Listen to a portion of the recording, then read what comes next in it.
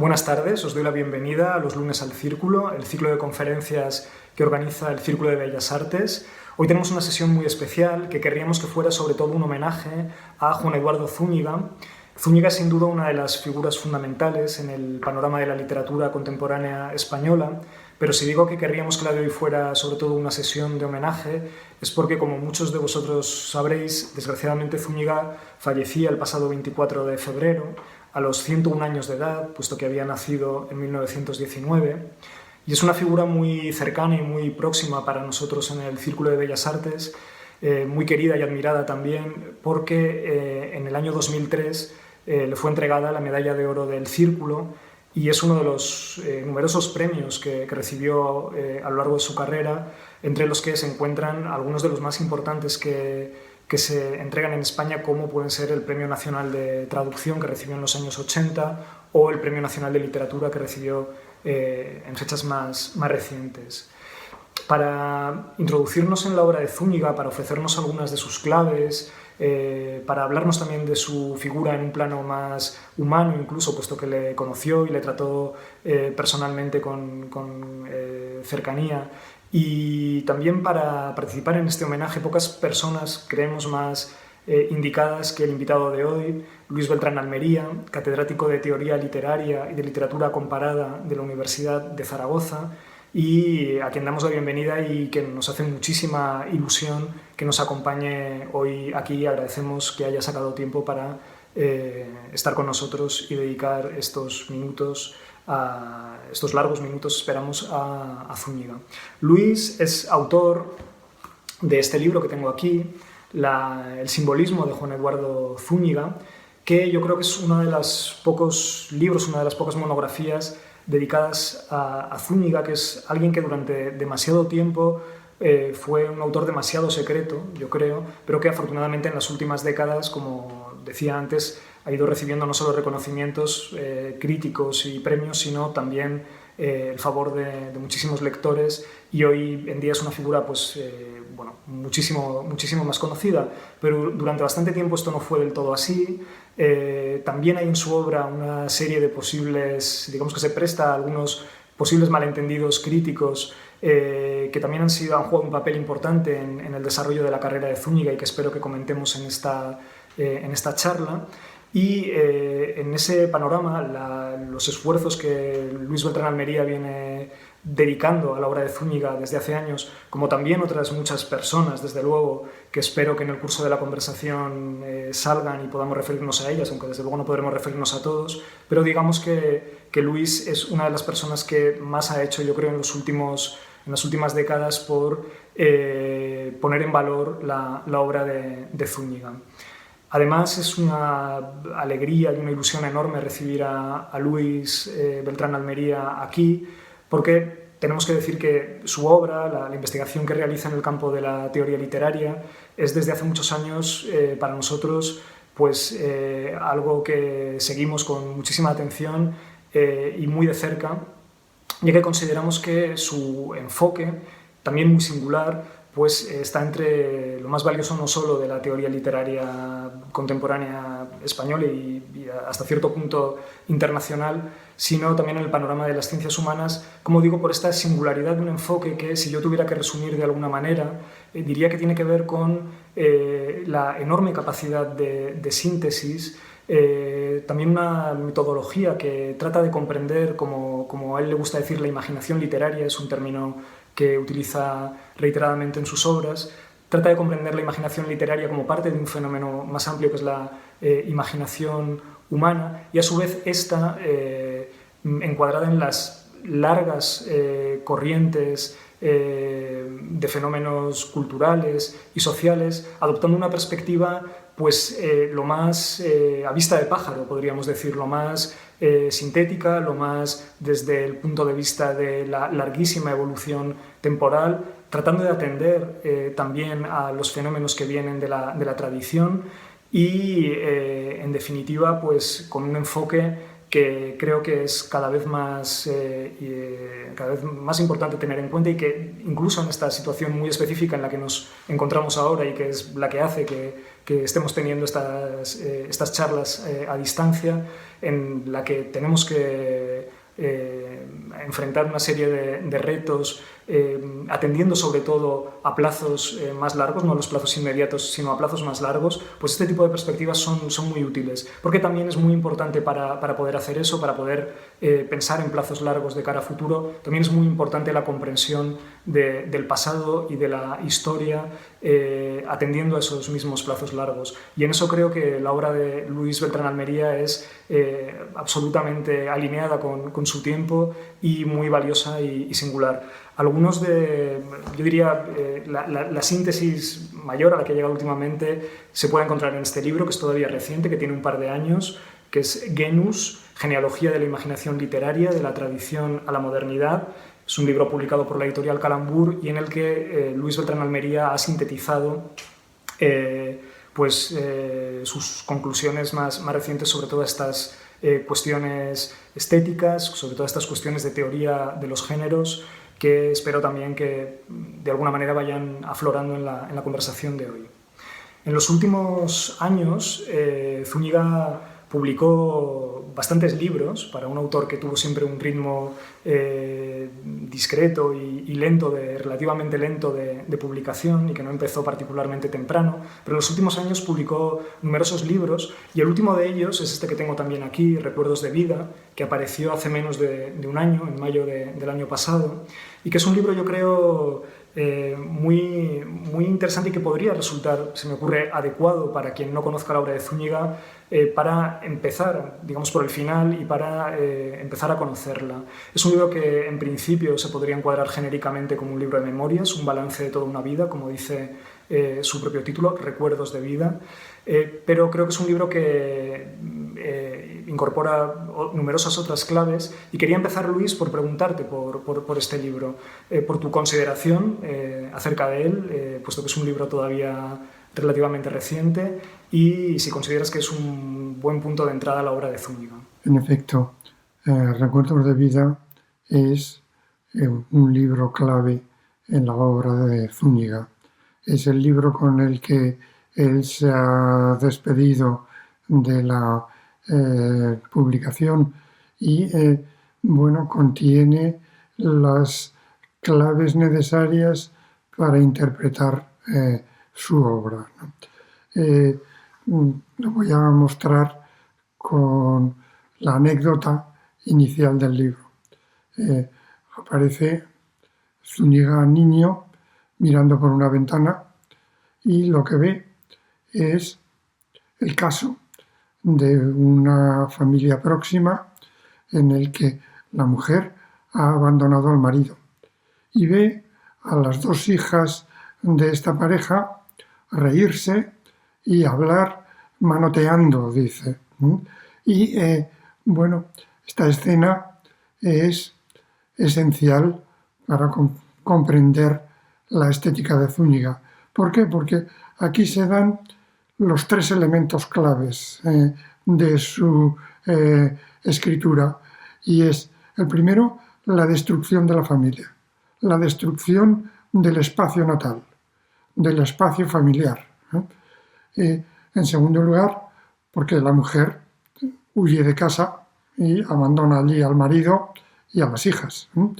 En segundo lugar, porque establece la relación básica entre los personajes de Zúñiga, y es la mujer libre y el hombre inútil. Esta idea de contraponer una mujer libre que rompe con las obligaciones familiares y para buscarse una nueva vida es la clave de esta relación. Zúñiga se ha fijado desde el punto de vista teórico en el hombre inútil. El hombre inútil es un concepto que Zúñiga toma de Iván Turgeniev, el gran escritor ruso, novelista y dramaturgo ruso del siglo XIX. Turgeniev fue él mismo un hombre inútil, pero sobre todo tuvo la gran intuición de llevar esa figura del hombre inútil al centro de su producción literaria.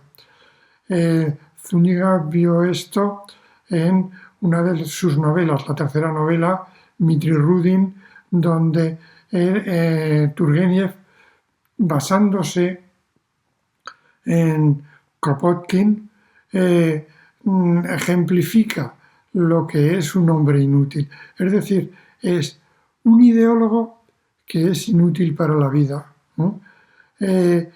Luego ha explicado Zúñiga que esta idea del hombre inútil pues venía ya de Eugenio Onegin y que tiene una continuidad en toda la literatura rusa, especialmente en la novela.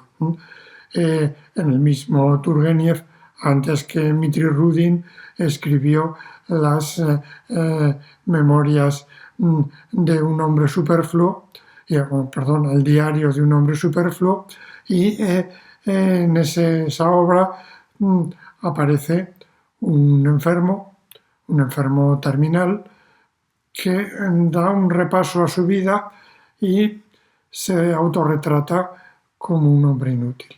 Y, bueno, sobre todo la novela rusa del siglo XIX ha dado un arquetipo universal que es Oblomov, el personaje de la novela homónima de Iván Koncharov, ¿no? Oblomov es un inútil, está en la primera parte de la novela, lo vemos tumbado en el sofá.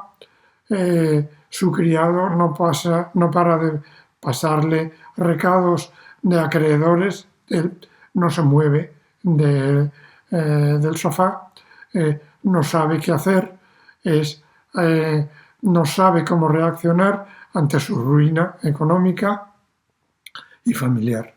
Y lo va a salvar una mujer, lo va a salvar el amor. Bueno, esta es la clave de la literatura de Zúñiga, y es: la vida familiar se destruye, la mujer es el elemento activo, es la que gracias a las raíces que tiene en la tierra puede salvar o arruinar, porque también existe la figura antagónica de la femme fatale, ¿no? de la mujer destructora, ¿no? Pero aparecen muchas veces estas mujeres libres, que son las que tienen la clave del futuro, la clave de la salvación. Y esto es esencial en la obra de Zúñiga. Sí. Hay un momento en la trayectoria literaria de Zúñiga que yo creo que es importante, que es cuando en el año 59 gana un premio literario con una obra, con una novela suya que es El coral y las aguas, y después la novela se publica en el año 62, unos años después, pero es una obra particularmente mal recibida, digamos, por la crítica y también por los lectores, o en todo caso por su éxito de público, por así decir. Y sin embargo es una obra muy importante en su evolución como escritor, marca hasta cierto punto un antes y un después, y es una obra que con el paso del tiempo ha ido saliendo a flote, por así decir, ha podido ser reivindicada, pero quería preguntarte por esta obra en concreto y por su lugar dentro de la trayectoria de Zúñiga. En efecto, la obra de Zúñiga comenzó con un sonoro fracaso. Ese fracaso es una novela que lleva por título El coral y las aguas. Esta novela fue premiada en 1959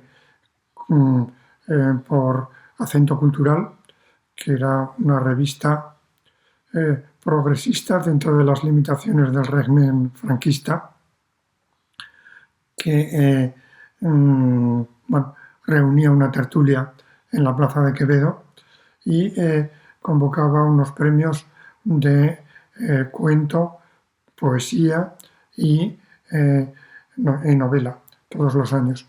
Y en el año 59 premió en la modalidad de novela El coral y las aguas. Es un poco extraño que se premiara esta novela. La razón es que, bueno, El coral y las aguas es una novela que no tiene nada que ver con lo que se conoce como realismo social o socialrealismo, que estaba en boga en aquellos años. Este año 59 es el año de la edición de La Piqueta de Antonio Ferres, que fue una de las referencias de este movimiento. Y Antonio Ferres era uno de los compañeros de Zúñiga y uno de los habituales en esa tertulia de Acento Cultural. Bueno, el caso es que le dan el premio a esta novela y el premio comportaba 12.000 pesetas, que entonces era una cantidad muy respetable, y la publicación del libro. Zúñiga recibió las 12.000 pesetas, pero el libro no se publicó, probablemente porque la policía o la censura pues advirtieron al director de Acento Cultural. El caso es que no se publicó y apareció 2 o 3 años más tarde, en 1962, en Seix Barral. Apareció en una colección que llevaba el epígrafe de relatos. Es decir, que el propio editor no entendió que aquello era una novela, ¿no?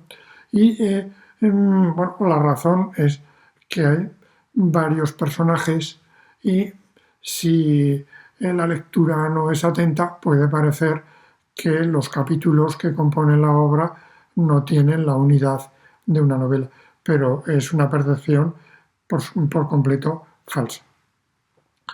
¿Qué ocurre con El coral y las aguas? Pues El coral y las aguas es una novela sobre la rebeldía. Está ambientada en la antigua Grecia, hay alusiones a Alejandro Magno que se pueden identificar con el dictador Franco, y es una novela hermética. Esto es una de las razones, o quizá la razón fundamental, de que no haya sido bien recibida por la crítica. Exige un esfuerzo de lectura y de interpretación. Ese hermetismo se expresa en una lucha permanente entre el bien y el mal.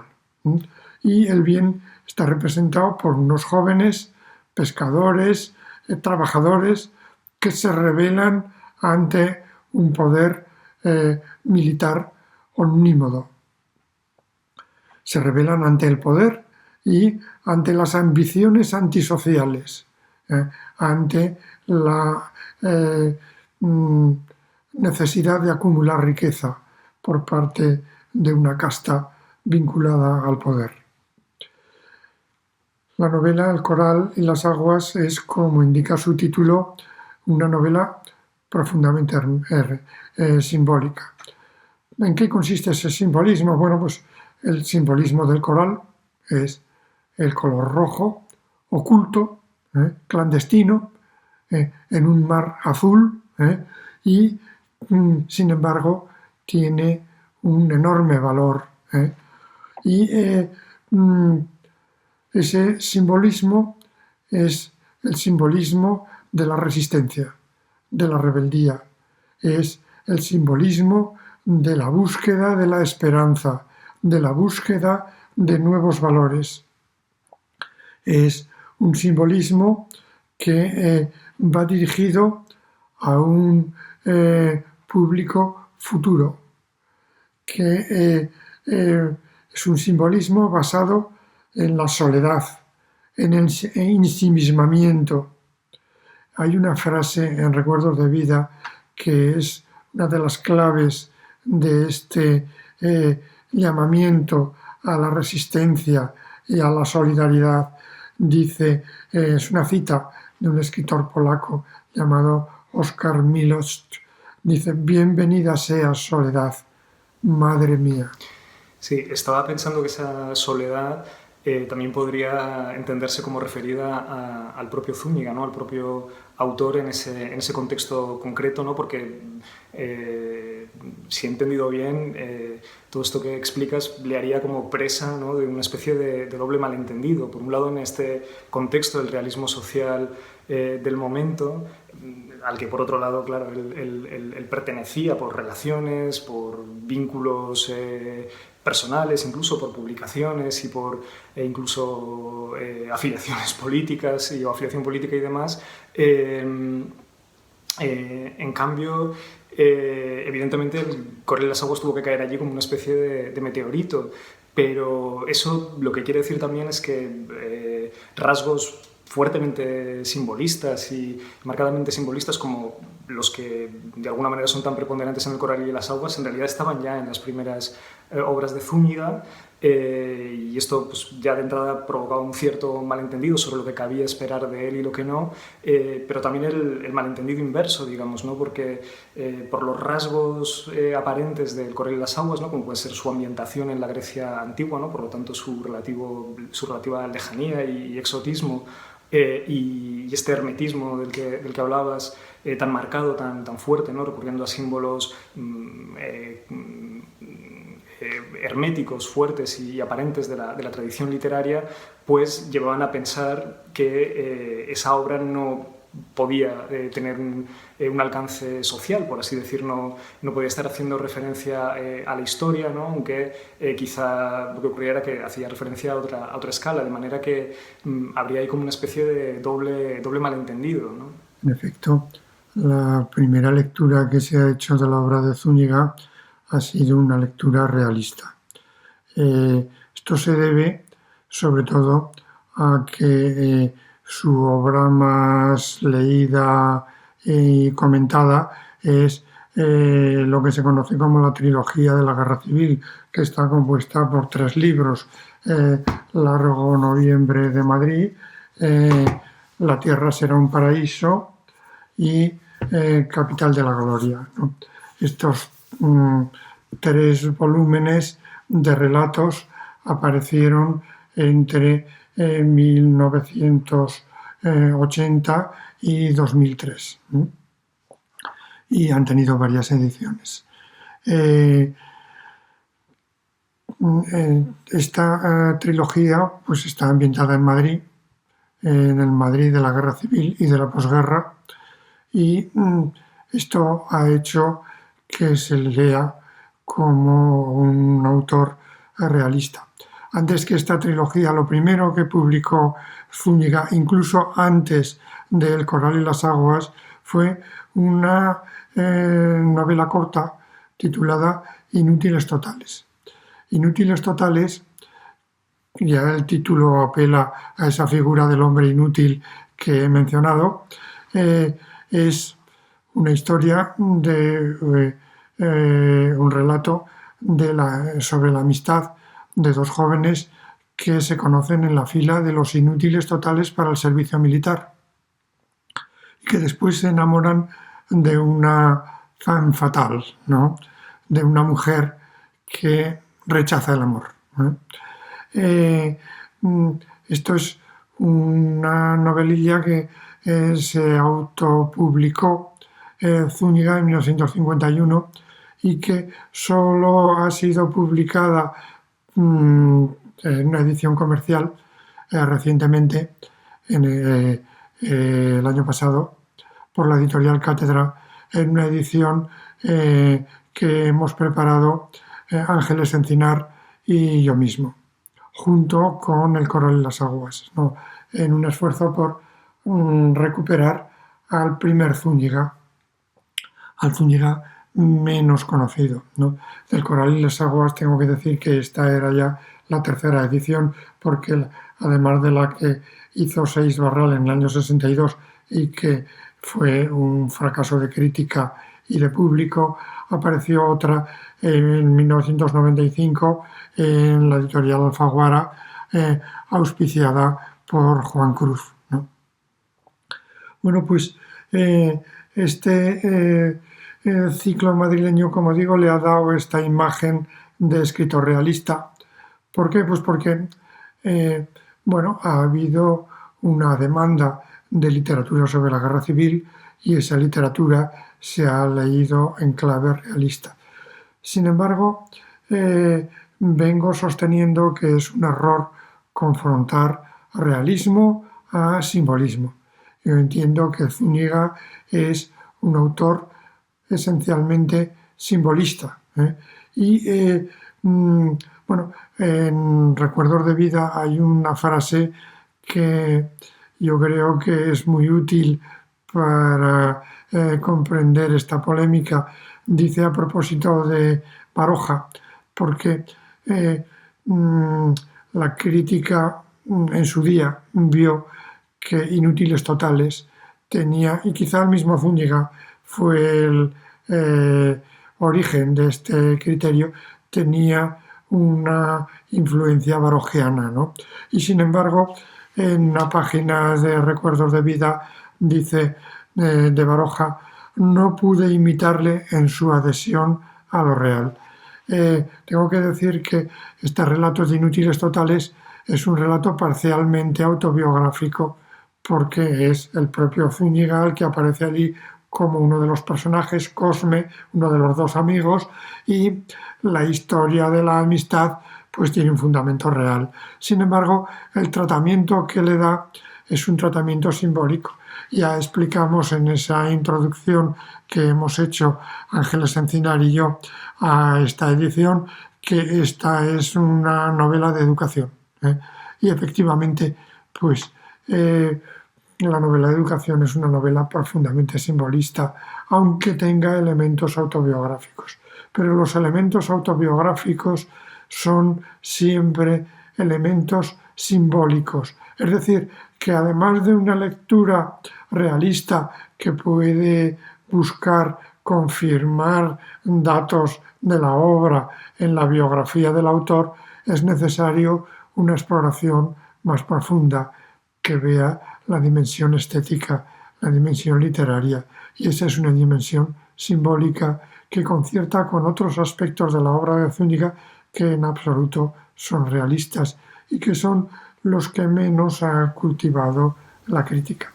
Sí, después de la publicación del Coral y las Aguas, viene un periodo largo de bastantes años en los que Zúñiga no es que desde luego deje de escribir ni de publicar, aunque digamos lo empieza a hacer de una manera más discreta y con una orientación que tiene un rasgo muy marcado, ¿no? Que es con una serie de libros explícitamente dedicados o que giran en torno al mundo, del universo de la literatura rusa y las literaturas también, digamos, de la Europa oriental, y que no deja de poderse ver, creo yo, como un continuar en ese camino, digamos, del alejamiento, ¿no? Del distanciamiento, por así decir. Si en el Coral y las Aguas era la Grecia antigua, ¿no? el escenario de la obra, pues aquí digamos que van a ser precisamente ese universo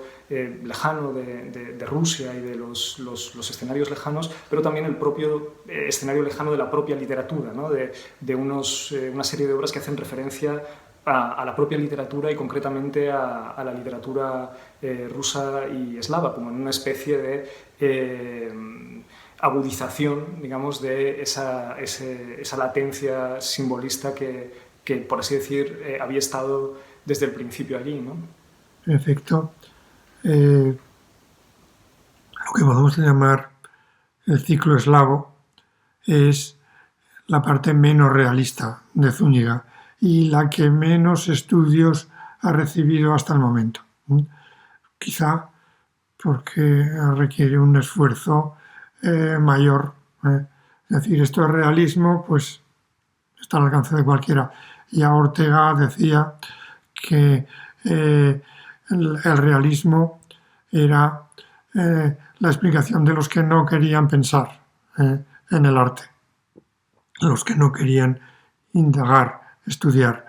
Y bueno, pues el ciclo eslavo está compuesto por una serie de obras distintas que tienen en común esa ambientación en el siglo XIX y en literaturas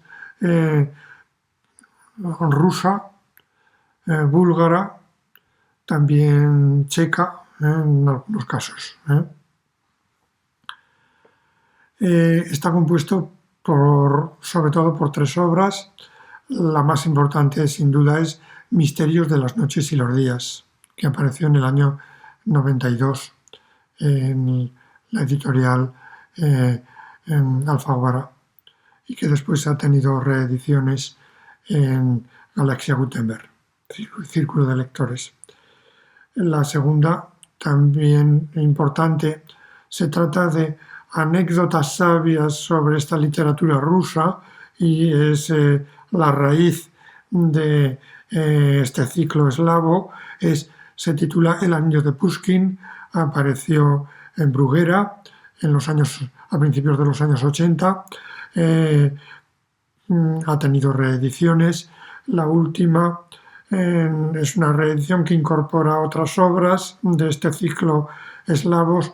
Se titula Desde los bosques nevados y apareció en Galaxia Gutenberg. La tercera de estas obras es una biografía sobre Turgeniev, que es, junto con Anton Chekhov, el autor que más influencia ha tenido en Zúñiga, sus 2 grandes referencias, Iván Turgeniev y Anton Chekhov, ¿no? Y hay otra obra, la menos conocida de toda la producción de Zúñiga, que es una guía falsamente turística, una guía cultural de Sofía, la capital de Bulgaria. Zúñiga ha tenido unos importantes lazos con la cultura búlgara a través de un personaje que aparece en sus obras, Dimitar Dimov, que es un escritor búlgaro que vivió en Madrid en los años 40 porque vino a trabajar al Consejo Superior de Investigaciones Científicas, y Zúñiga lo conoció en estos años madrileños y aprovechó para introducirse en la literatura búlgara y traducir algunas de sus obras, y mantuvo esta relación con Dimitar Dimov durante muchos años. ¿Qué es lo fundamental del ciclo eslavo? Pues lo fundamental es el simbolismo. Lo fundamental son variaciones de los 3 elementos que señalaba al principio de esta intervención.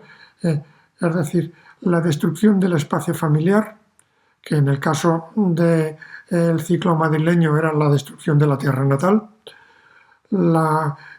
y variaciones sobre la figura del hombre inútil y sobre la figura de la mujer libre, que en este ciclo eslavo suele estar representada por el personaje de la gitana.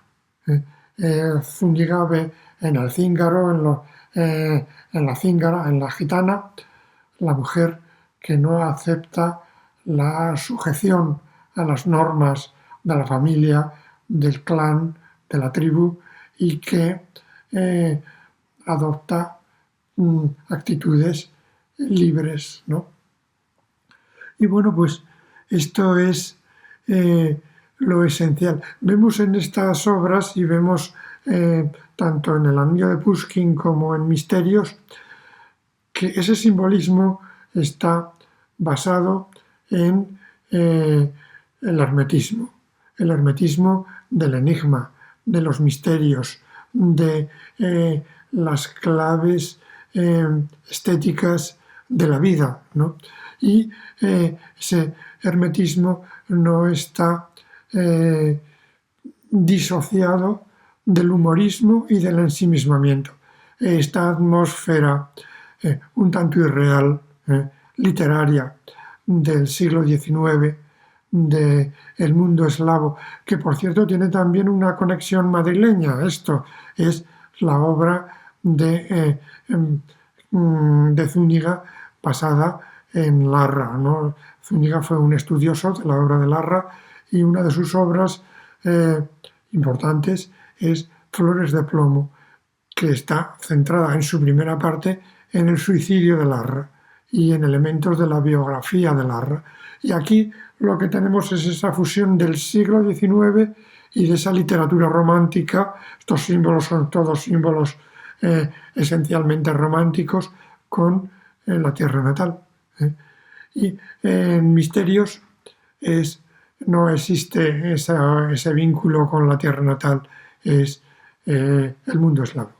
Y son referencias más o menos fácilmente detectables a el mundo de la literatura rusa y de estos otros países que para nosotros componen el oriente europeo, aunque ellos se reivindiquen, como es el caso de la República Checa, como Europa Central, ¿no? Bien, es un error, como decía, confrontar realismo y simbolismo. Y es un error porque, bueno, el simbolismo es la forma de Zúñiga de expresar esa reivindicación de un mundo mejor, esa reivindicación de la esperanza a través de estos símbolos. Y es un motivo central para comprender el espíritu rebelde de Zúñiga. Me gustaría preguntarte también por este concepto de simbolismo, que como decía en la presentación está ya en el título de tu obra sobre Zúñiga, el simbolismo de Juan Eduardo Zúñiga, pero que más allá del caso concreto de Zúñiga sé que es un concepto importante para ti, que has elaborado ampliamente en tus libros y que te ayuda, entre otras cosas, a explicar el paso de la evolución, digamos, desde la imaginación tradicional, la imaginación de lo que se suele llamar prehistoria, a la imaginación histórica, a la imaginación literaria en el periodo histórico y también concretamente en estos últimos siglos que podríamos llamar modernidad, porque creo que puede merecer la pena una aclaración sobre este concepto de simbolismo que a veces es difícil, puede ser difícil de definir, y el sentido concreto en el que lo utilizas tú y también para referirte a la obra de Zúñiga en particular. Es muy importante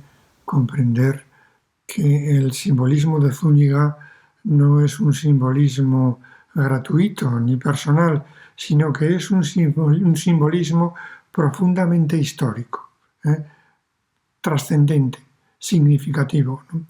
Voy a poner algún ejemplo de esto. El primer relato de que fue su primer éxito, Largo Noviembre de Madrid, es un relato centrado en la figura de la madre. La madre aparece aquí como la mujer que profetiza lo que va a pasar, la gran desgracia que va a pasar en Madrid, en España, en el mundo. Y esa mujer es un símbolo de Madrid. La madre y Madrid componen un macrosímbolo que continuamente reaparece en las obras de Zúñiga. La ciudad como madre, la madre como ciudad. Y aparece también tanto en el ciclo eslavo como en el ciclo madrileño. Es el caso quizá más evidente de esa íntima conexión entre lo histórico y lo puramente literario y estético en la versión más habitual que se suele dar, esa palabra que no suele ser la mejor, ¿no? Es decir, gratuito, ¿no? No hay nada gratuito en Zúñiga. Todo se rige por una ley de una necesidad histórica. De ahí que, bueno, pues a veces se haga retórica hablando de la memoria en Zúñiga. No, son siempre símbolos, las madres, los niños, los rebeldes, símbolos profundamente históricos. Tengo que decir además que estos símbolos no son invención de Zúñiga. Él los toma de la literatura. En el caso del hombre inútil, como vengo diciendo, pues él lo toma de Turgenev, pero se ha dicho del hombre inútil que su primer y gran antecedente es el Hamlet de Shakespeare. Es decir, esa figura que reflexiona, que es un ideólogo, pero que no toma resoluciones, que no puede tomar iniciativas, que duda, que se pasa la vida dudando. En la literatura española y en la literatura europea tenemos docenas, por no decir centenares, de ejemplos del hombre inútil, porque es el arquetipo de personaje masculino más frecuente de la literatura moderna. Voy a poner un ejemplo de Unamuno, de Niebla, ¿no? El personaje de Niebla, en la primera página, va a salir de casa, duda de si va a llover o no, si coger el paraguas o no cogerlo. Cuando por fin se decide a coger el paraguas y llega a la puerta de casa, no sabe si tirar a la derecha o a la izquierda. Ve pasar a una mujer joven y atractiva y se va detrás de ella. Bueno, pues esto es esta página que puede parecer, bueno, innecesaria, intrascendente, es una página profundamente significativa. Y así ocurre con Zúñiga. Lo más aparentemente intrascendente es lo más simbólicamente relevante. Sí, estaba pensando en el arranque de Niebla, escuchándote contarlo, ¿no? Narrarlo, que es casi imposible no sonreír, ¿no? Imaginando ese arranque de la novela. Y esto me lleva a preguntarme y a preguntarte por justamente el papel de la risa y del humorismo en la literatura de Zúñiga, porque creo que en su caso, como en el de otros autores herméticos, profundamente simbolistas, el papel de la risa a menudo es fundamental, es muy importante, y sin embargo a veces cuesta captarlo, ¿no? Porque igual no es la risa, no es el tipo de risa al que estamos más acostumbrados. A veces es una risa que está un poco oculta, ¿no? Pienso, por ejemplo, también a menudo en un autor que creo que es muy significativo a este respecto, que es Kafka, ¿no? Franz Kafka, donde la risa es importantísima, y por suerte ya hay numerosos estudios en los últimos años que lo han puesto de relieve, pero es una risa muy particular, es cierto que es una risa bastante secreta. Entonces quería preguntarte por este lugar que ocupa la risa y el humorismo en la obra de Zúñiga. Ciertamente el humorismo es un rasgo esencial en la obra de Zúñiga, aunque no siempre es fácil de ver. Bueno, este es un problema general de la crítica actual, que tiene problemas para comprender el humor, ¿no? Y en el caso de Zúñiga, pues esto es bastante evidente. Voy a poner dos ejemplos de ese humorismo, ¿no? El primero aparece en la obra menos humorística de todas, ¿no? Que es El Coral y las aguas. En El Coral y las aguas, la primera edición, la de 1962, había un par de páginas en las que de repente aparecían allí, sin explicación previa, unas imágenes del mundo actual, gente en tranvías y otros elementos de costumbres actuales y madrileñas. ¿Por qué esto? Bueno, pues es un rasgo de audacia rebelde. Es decir, bueno, esto que estoy contando, ambientado en un supuesto escenario de Grecia antigua, es en realidad lo que está pasando en Madrid. Esto solo se puede leer como un rasgo humorístico. En la edición de 1995, Zúñiga pensó que esto era excesivo, demasiada audacia, y lo eliminó. Y en la edición de 2019 simplemente hemos puesto una nota explicando que en ese momento de la novela aparecían estas imágenes actuales incoherentes a primera instancia y que le pasaron desapercibidas a la censura en su momento, ¿no? El segundo ejemplo que quiero poner de humorismo de Zúñiga es también un humorismo político.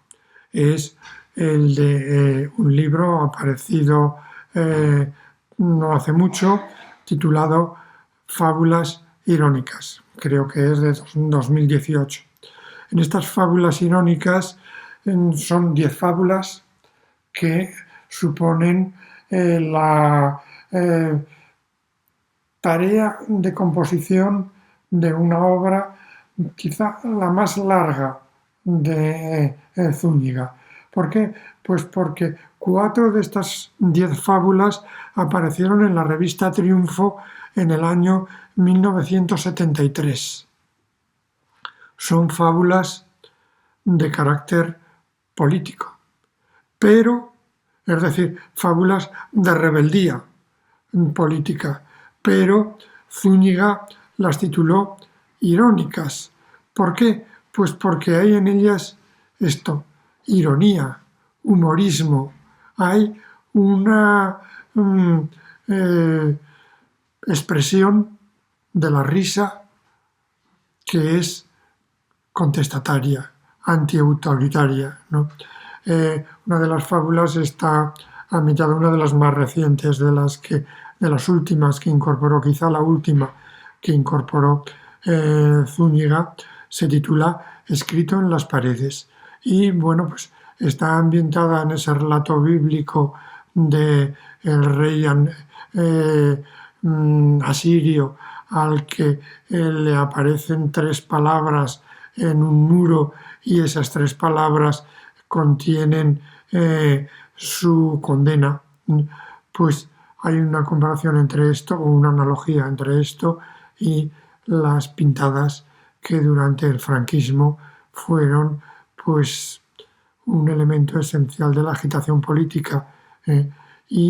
Bueno, pues es efectivamente un rasgo, una ironía, un rasgo de humorismo, y es la expresión de que el humor no se puede compadecer con el autoritarismo, la injusticia, y es siempre un elemento de rebeldía.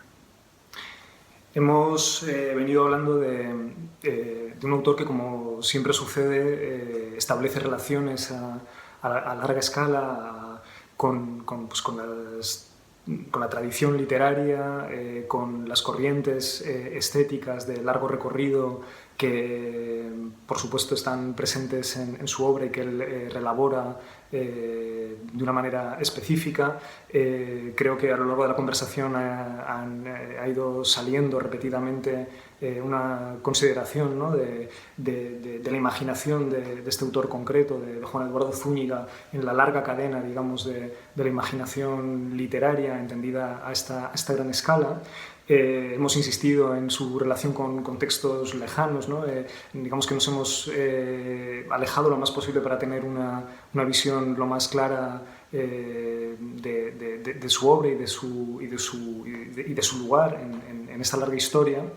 Pero para tal vez ir acabando, hay una cuestión que tampoco me gustaría dejar en el tintero, porque claro, podría parecer que al mismo tiempo Zúñiga ha sido una especie de ermitaño riguroso que ha estado aislado completamente de su contexto inmediato, y no sé si sería muy correcto ver esto así. Entonces te quería preguntar también, quizá para ir acabando, por esta cuestión de sus relaciones más inmediatas con el contexto español, específicamente, con sus contemporáneos. Se ha mencionado a Larra y a Baroja, pero ¿qué hay de, digamos, la literatura de su época? ¿Cuál es la relación que se podría aventurar, digamos, entre esta figura tan singular, por un lado, como es Zúñiga, y al mismo tiempo su contexto más inmediato y más cercano? Bueno, como he dicho antes, los dos autores que más han influido en la obra de Zúñiga son Iván Turgeniev y Anton Chejov.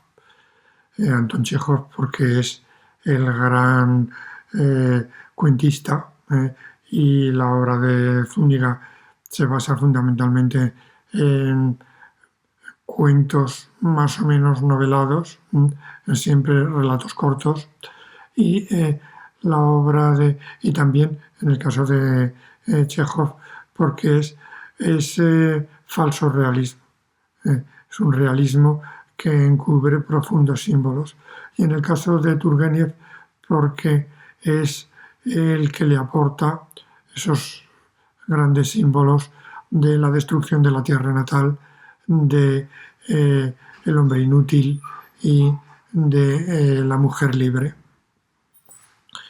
Eh, Sin embargo, ha habido otros autores que también han influido, bueno, y que son importantes, aunque en un segundo nivel y en un tercer nivel, pero no el último precisamente, pues habría que señalar la estrecha relación que ha tenido Zúñiga con otros dos escritores madrileños o al menos afincados en Madrid, que son Manuel Longares y Luis Mateo Díez, ¿no? Con ellos Zúñiga ha formado lo que podríamos llamar un grupo madrileño, ¿no? El grupo de los simbolistas madrileños, porque los tres son profundamente simbolistas y los tres han explotado estos tres rasgos que vengo señalando como esenciales de la estética de Zúñiga, y que son el hermetismo, el humorismo y el ensimismamiento.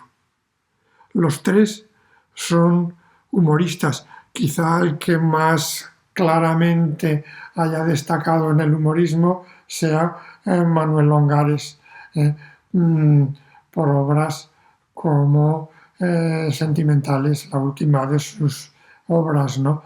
Pero también por otros muchos rasgos, sobre todo por la trilogía que dedicó a asuntos musicales de la letra de la vida, ¿no? Y también en Luis Mateo Díez pues aparecen elementos de humor que el propio autor ha destacado en la última de sus obras, Invenciones y Recuerdos, que una obra que recoge diversos momentos de su obra con momentos inéditos y que ha editado Ángeles Encinar. No es casual que hubiera esta afinidad entre los tres y que esa afinidad que se expresó en las tertulias que organizaron durante bastantes años, sobre todo en el restaurante Ilogi, ¿no?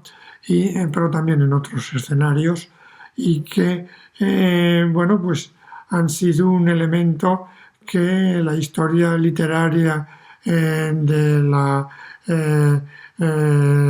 literatura madrileña y de la literatura española no deben desconocer.